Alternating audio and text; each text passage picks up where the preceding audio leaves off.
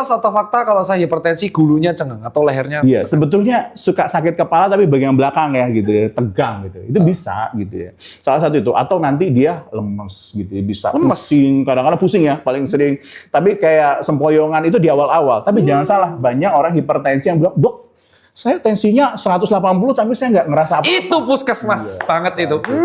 Itu Kalau pasien-pasien 180 dia nggak ngerasa, waduh aku lebih takut. Kenapa, Dok? Nggak ada alarmnya, tahu-tahu stroke dia.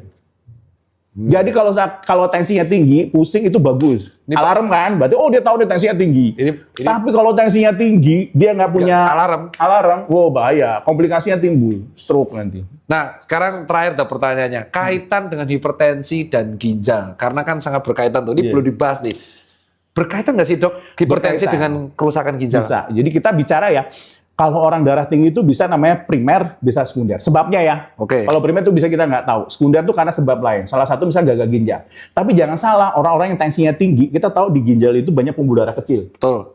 Kalau dia tensi tinggi terus, waduh, rusak tuh pembuluh darahnya. Akibatnya bisa bikin gagal ginjal gitu kan.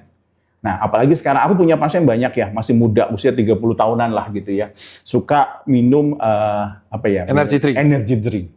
Habis main bola, sehari bisa minum 4 kali. Apa yang terjadi? Ginjal rusak.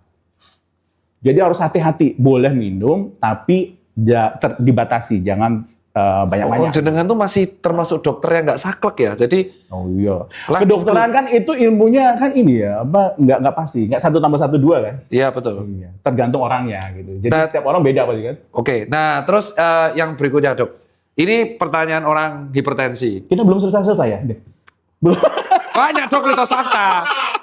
Oh, kira ya, bener. Ini baru hipertensi loh, belum jantung ya, belum jantung Pak Dokter. Oke. Ini pertanyaan itu banyak. Oh gitu. Banyak. Siap. Mumpung ada orang jago dan umum gratis. Ini ya udah pertanyaannya ini sepele. Dalam seminggu ini jumlah pasien dokter bisa dikira-kira nggak hipertensi? Hipertensi itu berapa? Rata-rata pasienku ya. Aku pasien, ketahuan dong dapurnya kalau pasien berapa. Jadi aku bilang lah, pasien itu hampir 30% itu pasien hipertensi.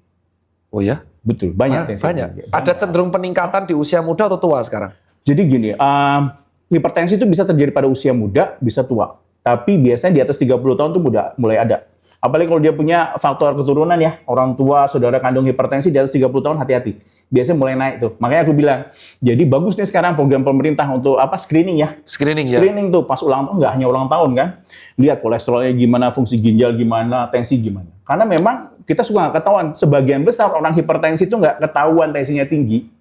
Nah, itu setuju saya. Betul. Terus tiba-tiba dia mau periksa kebetulan ketahuan. Ya, pas donor darah, pas lagi check up. Ya, bener, gitu. Soalnya tim saya ketahuannya pas mau donor darah 180. Ya, betul. Terus dia terendah garam, dia ngurangin garam, sama olahraga, bener jadi 140. Betul.